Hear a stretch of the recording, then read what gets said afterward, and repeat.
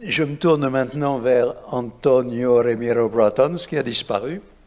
C'est le last but not least, comme tout le monde dit. Il est avec nous par Internet. Il est professeur émérite. I can speak or you want to... No, OK. Il est professeur de droit international public et professeur émérite de droit international public et de relations internationales à l'Université autonome de Madrid. Et il parlera de droit applicable à une forme particulière de migration, les migrations volontaires. Je me suis demandé ce que ça voulait dire, mais Antonio est toujours un esprit très imaginatif, donc je pense qu'il répondra à la question. Après des études très brillantes à l'université de Bologne, en Italie, il a rejoint l'université de Murcia, où il a enseigné de 1971 à 1981, et il a été nommé doyen de la faculté et vice-chancelier de l'université. Ensuite, il a rejoint l'université autonome de Madrid, et il a été de nouveau doyen, c'est un doyen récurrent, et il a été de nouveau doyen de 1983 à 1985. Il est l'auteur de très très nombreux ouvrages, mais surtout de l'un des grands traités de droit international public en espagnol. Comme tous les autres panélistes, Antonio est aussi un praticien du droit international. Il a plaidé dans plusieurs affaires devant la Cour internationale de justice. Je l'ai connu d'ailleurs à l'occasion de l'affaire Nicaragua contre États-Unis en 1983. C'est-à-dire que nous sommes aussi de vieux amis. Il est membre de la Cour permanente d'arbitrage. Et je dois dire que j'ajoute que pendant d'assez nombreuses années, il est apparu à la télévision espagnole, où c'était vraiment une vedette, et à la radio en particulier, il a présenté une émission qui, je crois, était très connue à Telecincos qui s'appelait, c'était un bulletin de droit international, de politique internationale qui s'appelait Entre hoy y mañana. C'est presque, ça pourrait presque être le titre de sa présentation. Antonio, tienes la palabra si on te voit. Sí. Buenas tardes, noches ya en España. Gracias, Alain, por la presentación que has hecho de mi persona. Y ahora, bajo la protección de los santos franceses Saint Façon, Saint Compliment y Saint Cérémonie, voy a entrar de lleno y directamente en el grano de mi intervención en español.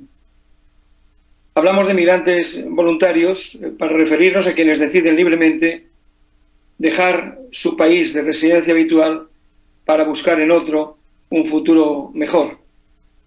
El espectro es muy amplio, cabe encontrarse con personas con un buen nivel de renta, pero no suficiente para cumplir sus expectativas profesionales, económicas, fiscales e incluso de otro tipo sentimental.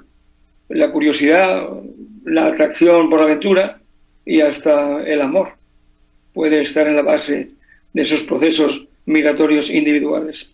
Pero hay otra clase de migrantes voluntarios entre comillas, personas que asumiendo riesgos y posibles desventuras huyen de la pobreza,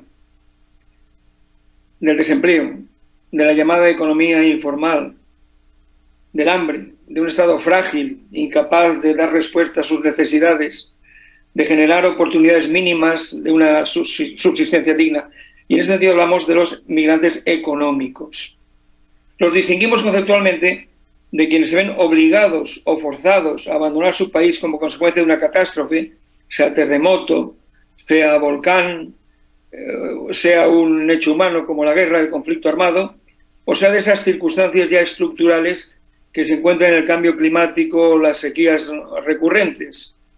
Ahí, en estos casos, esta gente hubiera permanecido en sus casas de no haberse producido este clase de tránsito. Y ahí hablamos de la migración en masa como el característica sustancial de este grupo migratorio. Sin embargo, la identificación del emigrante económico como un emigrante voluntario sobre bases individuales es más que discutible, porque el mal gobierno puede ser catastrófico para una población que pierde toda esperanza, y la violencia subyacente y crónica de un territorio pues acompaña justamente esa decisión libre pero forzada de emigrar. Y cuando esa emigración no es solamente por goteo, sino que se producen incluso marchas colectivas, pues nos encontramos con que esa emigración forzada es también una emigración en masa.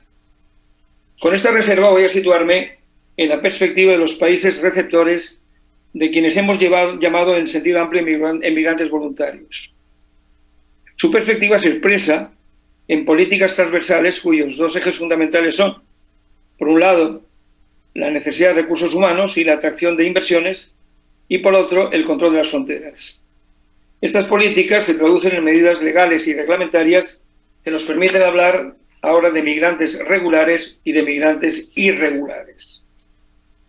Los migrantes regulares, permanentes o temporales, responden a migraciones ordenadas y planificadas conforme a la ley y a menudo objeto de acuerdos bilaterales con países emisores de inmigrantes y la asistencia de organismos intergubernamentales y no gubernamentales. Con estos acuerdos se trata de regular prestaciones de seguridad social, reunificación familiar, intercambio de mano de obra, migración estacional, o promover la transferencia segura, rápida y barata de remesas, un punto en el que se pone especial énfasis dada su indudable importancia. El objetivo del desarrollo sostenible es que el gasto por remesa medio no pase de 3%, en la actualidad incluso está por encima de 6%. Por tanto, vemos que eso parece algo escandaloso y alguien obtendrá buenos beneficios de ello. En cuanto hay una expresión algo perversa de esta clase de migración, cuando los países receptores buscan una fuerza de trabajo cualificada, sustrayendo a los países de desarrollo sus mejores cabezas, o facilitan con visados de oro la fuga de capitales sin preguntar demasiado sobre el origen a quienes abren sus puertas. La Asamblea General reiteradamente ha llamado la atención a este respecto. Ahora veamos a los migrantes irregulares.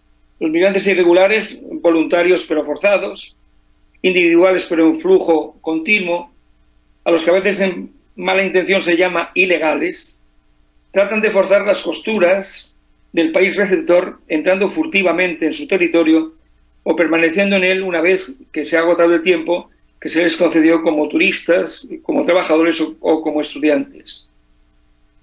Haciendo ahora abstracción de las políticas entre ambiguas y oportunistas de los países en tránsito, no cabe negar que los gobiernos de algunos países receptores han adoptado políticas difícilmente compatibles con el respeto de los derechos humanos, sea cual sea la retórica tramposa y edulcorante puesta a su servicio.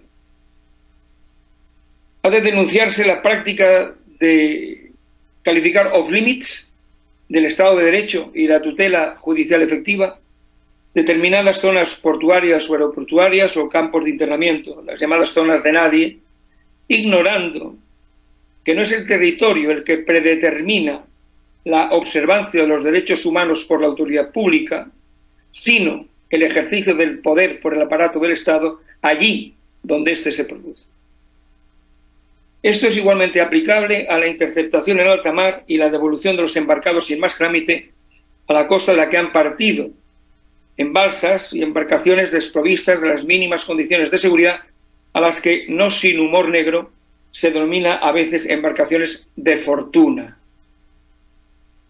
El principio de la devolución, principio propio de solicitantes de refugio y asilo, no se aplica a sí mismo sin más a los emigrantes económicos, pero estos no pueden ser objeto en todo caso de una devolución colectiva.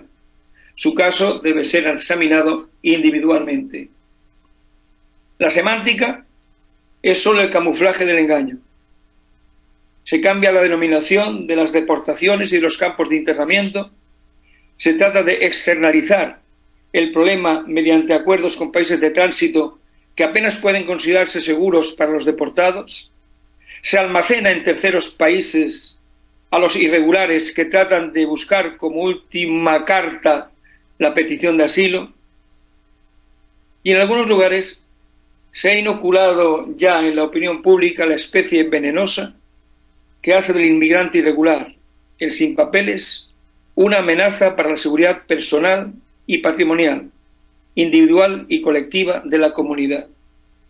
La fuga de un inmigrante irregular de un campo de internamiento se trata por los medios como si fuera la fuga de Alcatraz. La xenofobia está servida. El migrante irregular está aquí para quitar el pan a tus hijos, la inocencia a las doncellas, la identidad al municipio, a la nación incluso. Los prejuicios se retroalimentan, el populismo fermenta, crece y a la postre madura. Y el migrante acaba siendo criminalizado por el mero hecho de serlo.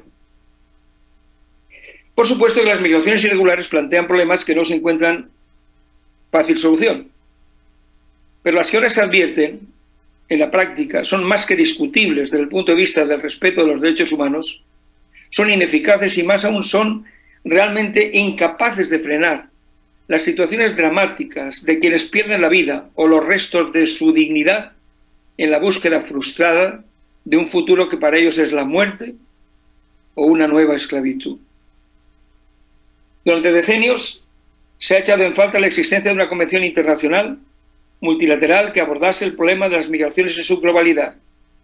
Sí, existen algunos tratados de vocación normativa, el más emblemático, la Convención sobre la Protección de los Derechos de todos los migrantes y sus familias, de 1990.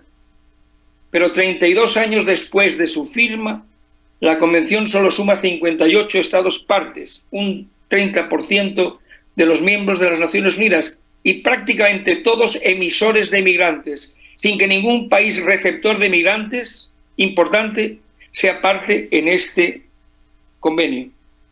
Es obvio que estos países carecen de voluntad para asumir obligaciones frente a terceros y las incitaciones de la Asamblea General de las Naciones Unidas a este respecto les entran por un oído y les salen por el otro. En 2016 se dio un paso adelante. Uno de los anexos que acompaña la resolución 71/1 del 19 de septiembre señalaba el camino hacia un pacto mundial para migraciones seguras, ordenadas y regulares. Pacto que en efecto fue firmado el 10 de diciembre de 2018 por los 164 estados participantes en la Conferencia Intergubernamental de Marrakech. Y entre lo uno y lo otro, el Instituto de Derecho Internacional aprobó su resolución sobre las migraciones en masa. Y voy terminando. El Pacto de Marrakech es un documento extenso que a lo largo de 54 parágrafos enuncia una decena de principios y 23 objetivos. A él les debo remitir, no tengo ya muchos minutos en mi bolsa. Ahora solo he de subrayar que el respeto de los derechos humanos de todos los migrantes constituye, junto con la no discriminación, la clave de bóveda de este pacto. Ahora bien, pese a su solemne título, el pacto no es un tratado que obligue a sus signatarios, sino, como el mismo documento nos dice, es un marco de cooperación no vinculante jurídicamente. Eso sí, los participantes se han comprometido a supervisar el cumplimiento progresivo de los objetivos del pacto mediante una serie de foros, en particular el foro de examen de la migración internacional, que ha de celebrarse cada 4 años. En fin, el pacto ofrece, en definitiva, un marco para la acción, directrices para ejecutarlas y metas a las que llegar. Solo cabe esperar que la pasividad no sofoque la acción, que la acción no conduzca al desvarío y las buenas intenciones no acaben con un rumbo ya perdido en los oscuros fondos abisales de nuestra alma colectiva. Muchas gracias.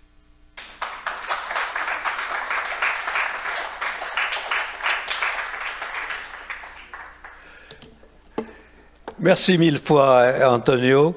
Je pense que cette intervention à la fois vigoureuse, convaincue et convaincante était tout à fait intéressante. Elle soulève des problèmes qui sont à la fois des problèmes humains et juridiques. Le droit n'est pas toujours étranger, heureusement, à l'humain. Avec cette présentation, je dirais qu'un peu la boucle est bouclée. On retrouve la présentation introductive de Maurice Kamto. Je pense qu'aussi on est en présence de problèmes. La présentation d'Antonio montre combien, à partir de problèmes assez spécifiques, on peut déboucher sur le général. Et en particulier à la fin, je me suis dit, au fond, le droit, c'est un problème d'application, et peu importe qu'on ait un traité ou un pacte. Je sais pas si, pour le pacte de Marrakech, je ne sais pas si vous vous souvenez à quel point certains États ont fait des déclarations dramatiques contre le pacte de Marrakech, qui montrent à quel point ils étaient sensibles à ce document dont Antonio a rappelé à très juste titre qu'il n'est pas obligatoire. Je pense, et par contre, la Convention de 90, moi qui suis un très vieux monsieur, je me rappelle encore quand elle a été signée, elle a suscité beaucoup d'espoir, puis personne la signe et évidemment ne la respecte. Donc le droit est une affaire aussi relative. Bon, sur ces considérations très générales, j'ouvre le débat. Je crois qu'il nous reste une bonne vingtaine de minutes, ce qui n'est pas trop mal. J'invite les participants, y compris Maurice Kamto et Antonio Remiro-Brotons, à répondre aux questions qui leur sont spécifiquement adressées, mais je voudrais aussi que les autres n'hésitent pas à dialoguer un peu. On a 20 minutes, c'est raisonnable quand même. Alors, qui veut prendre la parole ? Oui. La société allemande soi-même va prendre la parole. Mais il faudra lui donner... he needs a microphone over there. Over there. You don't have it?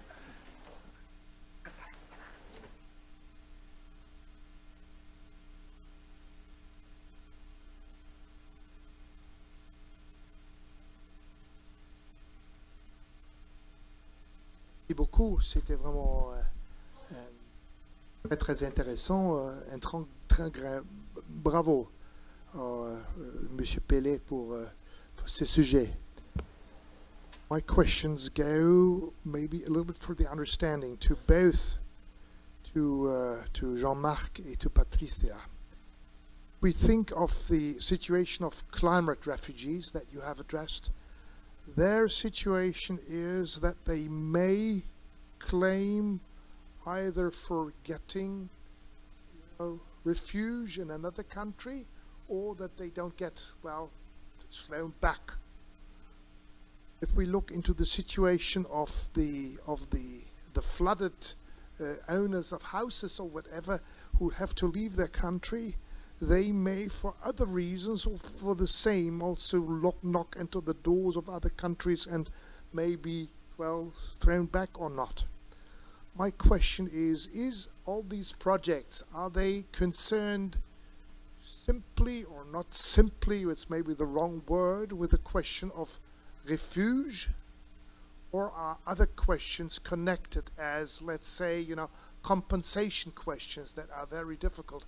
I'm asking because one of my doctoral students is exactly writing on the question of the flooded houses and those who are maybe in 5 or 10 years, which I also find intolerable, like the Professor Pellet, may not have housing anymore. So is this the so to speak, the sujet, the topic of the ILA and the Institute, or do you go further beyond that? Because then it really becomes difficult, I would say.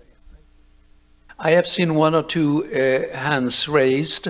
I would like to. I will give you the floor, provided it is linked with this question. If it is not, I prefer that the panel answers first. So it is not. So maybe Jean-Marc, you could start, because the question is first addressed to you. But I think the others, the other members could, panelists could also answer. Faut que je commence. Vas-y, vas-y. ici. Et parle bien dans le micro parce que les interprètes râlent souvent que les gens ne parlent pas assez dans le micro. Oui. Et comme moi d'ailleurs.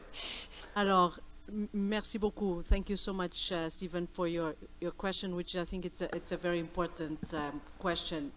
The approach, both in the ILA committee and in the International Law Commission, is to look at this just in terms of the protection of persons, in terms of the applicable legal regimes for the protection, and not to deal with the questions of compensation, which is in climate change regime called the loss and damage issues.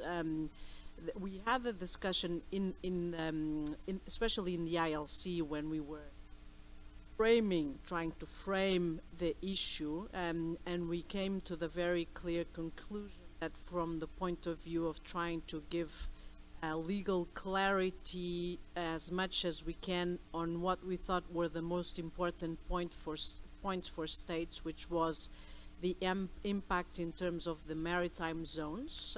So the question of whether the regression of the baselines will have an impact, as Professor Niloufar Oral showed in the morning, and on the question of the loss of statehood and on the protection of persons. These were the questions that we chose for focusing on, and it's the same kind of approach that the ILA committee has had. It's not to say that the question of responsibility, causality, loss and damage is not an important one. I think it's an extremely important one, and especially from the point of view of the affected countries and the affected populations. But it's one that is very difficult legally. I think it's very difficult legally to establish the causal link, especially because you also have, an historical dimension, a very important historical dimension, and then also because it's quite politically sensitive also. And also because there were other forums where the question was being discussed, including the COP meetings in the framework. But if you look at, and maybe now, if you look at the questions that have been negotiated, ICJ advisory opinion request, there is very carefully crafted language as to try to help the court as much. This is a very personal remark. I'm here, saying this in a very personal capacity. A very well-crafted language, which was subject to a big debate. For those who have followed closely the work, there was an initial draft, and there were a couple of rounds of open negotiations. The causation there, but hopefully is there in a way that it won't require the ICJ, to make a decision. That's really, from the legal point of view, if you have the draft articles on state responsibility, apply them to this case, the attribution, very, very difficult, with this historical dimension also. So we're taking this out of the equation for the purposes of the ILC and the ILA, but the question is there, of course, the question is there. Unfortunately, the ILC drafts on liability are not as useful as the responsibility one on hard law. Jean-Marc, tu veux ajouter quelque chose? Well, very, very, very short point. I think that my understanding of the way, the place we are, is that loss and damages is kind of a state-to-state discussion. With states saying, we are victims as states of certain consequences of what you've done, developed countries, and I don't want to know who is responsible, but, global north, if we can say so. I don't like this term, but here it makes perhaps sense. Take care of it. Loss and damages. Create a fund. Do something. So that's more a state-to-state thing. When it comes to migrants, so climate migrants, which are impure, but at the same time, as you said, people who begin to move because of climate change. The issue is more about protection. It's not about, it's not about damages. It's more about protection. Human beings, you must protect them, offer them normal conditions of living, etc. So I think it's not exactly the same approach for the moment. I think that Maurice Kamto has disappeared. Antonio, tu veux ajouter quelque chose? Non. Alors, j'ai déjà 3 personnes qui demandent la parole. Qui voudra poser des questions? Ok, alors je demande que les questions soient brèves et que les réponses soient brèves aussi. Vous avez la parole. Bon, merci à tous pour la présentation. J'ai une petite question pour le professeur Roberto, non? Breton, oui. J'aime beaucoup la Convention 169 de BIT sur la population indigène.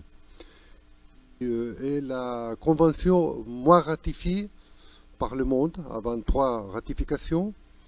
Et je pense qu'il faut examiner, comme par exemple le pacte, qui n'est pas un instrument vinculant, avec une perspective plus large de l'histoire.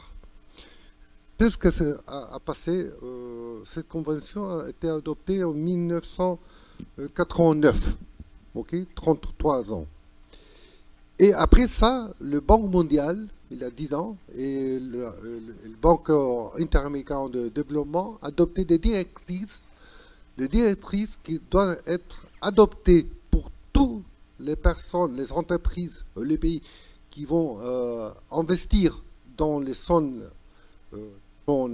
qui ont des populations indigènes comme obligatoire. Presque on pris le texte de la Convention. C'est-à-dire que j'ai de l'espérance que le temps va donner au pacte une opportunité, même s'il n'est pas vinculante, pour le pays et d'y réfléchir pour les gens. La question est, est-ce que vous croyez que la résistance va changer dans le 10 ou 20 ans prochains, ou doivent passer 30, 40, 50 ans pour que finalement, c'est l'orientation du pacte qui va marquer les résultats? Et la deuxième question, ¿cuáles fueron los 3 santos que me los perdí? Antonio. No he tenido la oportunidad de escuchar bien lo que se ha dicho y no aparece en pantalla un texto sobre el que pueda pronunciarme.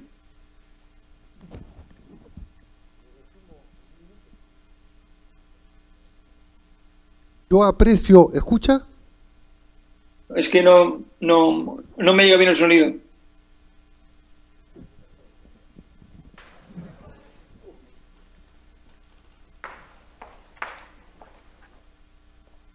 Antonio, soy Javier González Olaechea de Lima. ¿Me escucha? Ahora sí. Sí. Yo creo conocer bastante el convenio 169 de la OIT sobre pueblos indígenas, adoptado en 1989, y es el convenio de más baja ratificación en el marco de los convenios que son tratados vinculantes. Sí. Correcto.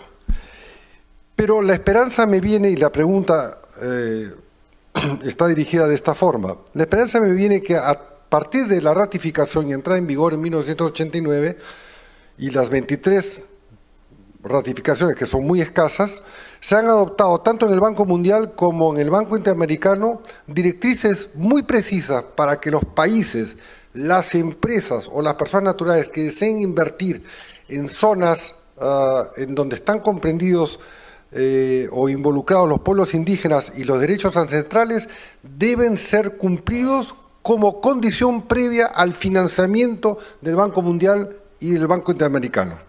Prácticamente han convertido en directrices calcadas de lo que es mandatorio de acuerdo al convenio. Entonces la pregunta es, mirando en perspectiva, si bien el pacto de Marrakech no es vinculante, ¿acaso no sería razonable pensar que en un tiempo, digamos, 20 años, 30 años, porque hay que mirar los tratados o los pactos de esta forma, no tengan un devenir menos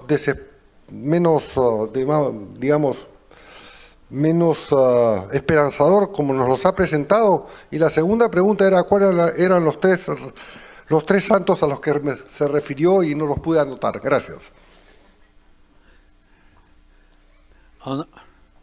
Antonio, brièvement. Antonio, cette fois ça a marché? Sí. ¿Se me escucha a mí? Ah. Bien, parece excelente que estos convenios pues hayan sido adoptados como directrices por estas instituciones y todo lo que sea, en definitiva, desarrollar una protección del trabajador migrante, de pueblos indígenas y cualquier otro grupo humano que consideramos realmente vulnerable, pues es muy positivo. En principio, el que un texto tenga valor jurídicamente vinculante o no, no determina necesariamente que sea más eficaz el texto jurídicamente vinculante que el que no lo sea, en función, primero, del carácter más o menos genérico que tenga la obligación jurídica y el carácter más o menos concreto que tenga el compromiso no jurídico. También la idea de que una obligación jurídica no sujeta a un mecanismo de control, pues puede ser un viva Cartagena.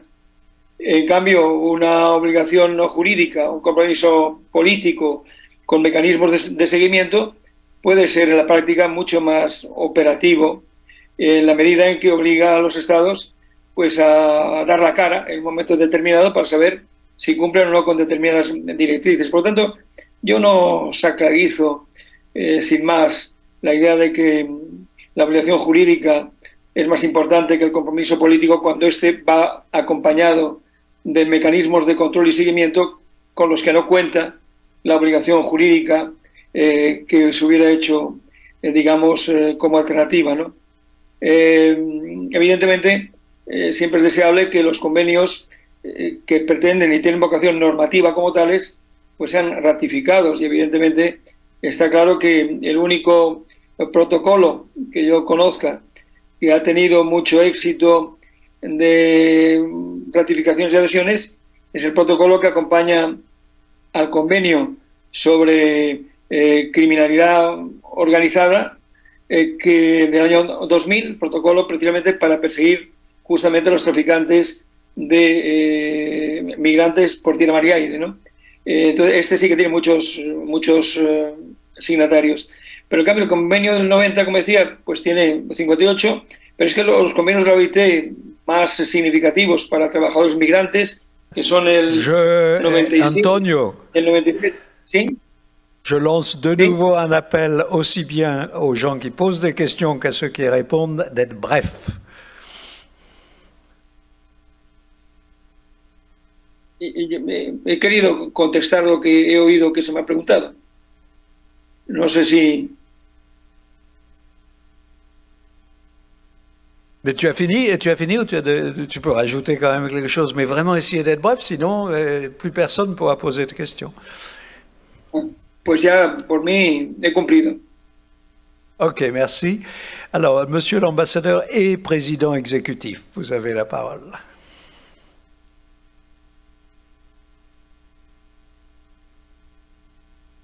Muchas gracias. Dada la calidad de las personalidades asistentes, más que una pregunta, lo mío va a ser una información que quiero resaltar.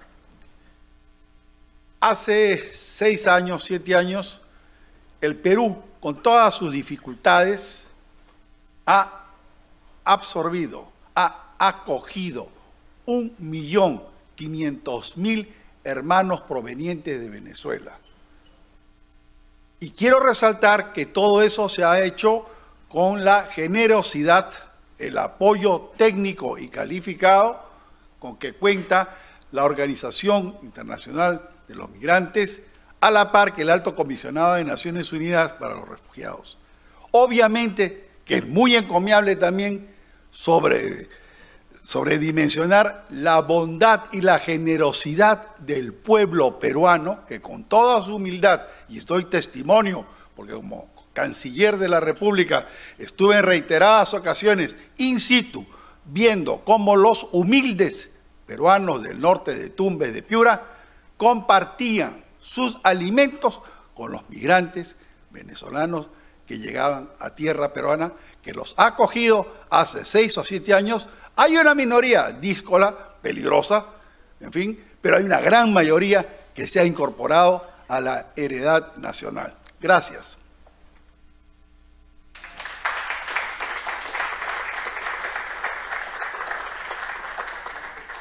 Bien, merci beaucoup. Clairement, ça n'appelle pas de réponse de la part des participants. J'ai en tout cas une autre question là et j'ai peur qu'on doive s'arrêter ensuite. Allez-y.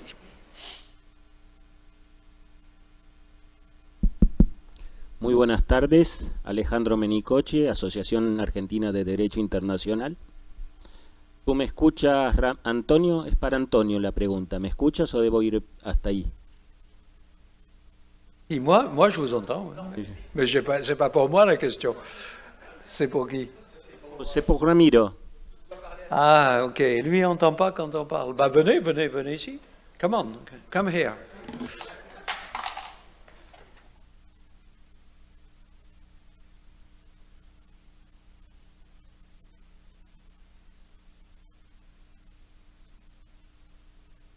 Trataré de ser breve, profesor Antonio Ramiro Brotons. Mi pregunta es muy cortita. Mientras los profesores que han disertado con anterioridad han delineado categorías específicas de migrantes vulnerables, a mí no me queda al menos demasiado claro el contorno del migrante voluntario. O sea, asumiendo que el migrante voluntario cuenta con la protección de algunos tratados, por ejemplo, el migrante voluntario, usted habló, la relación de amor. Bueno, entiendo que tiene la tutela, el matrimonio entre personas del mismo sexo, de poder casarse en un estado saliendo del estado que no admite el matrimonio igualitario. Pero ahí tenemos una cobertura internacional, el artículo 12 de la Declaración Universal de los Derechos Humanos. Pasamos a migrantes voluntarios en materia de trabajo, pero tenemos tratados, la Declaración Sociolaboral de Mercosur, recuerdo ahora, y se han sumado más. Ahora, ¿hasta qué punto se estira esa categoría de migrante voluntario o es útil el estatuto personal que existe en materia de derecho internacional privado? Nada más. Muchas gracias. Merci beaucoup. Antonio, c'est à toi. Sí. ¿Tengo sonido? Sí. ¿Se me escucha? Bueno, realmente el migrante voluntario es también un extranjero que viaja con su estatuto personal en función de las reglas de derecho internacional privado que se apliquen en el país donde se encuentre, ¿no? El migrante voluntario empieza por ser una persona y esa persona tiene derechos humanos y fundamentales. Esos son los primeros que hay que proteger. Por lo demás, tienen unos mecanismos, realmente acuerdos de cooperación bilateral fundamentalmente y a veces regional, que tratan de garantizarle frente a ciertos abusos a los que pudiera ser objeto, ¿no? Y pues el principio de no discriminación es un principio muy importante.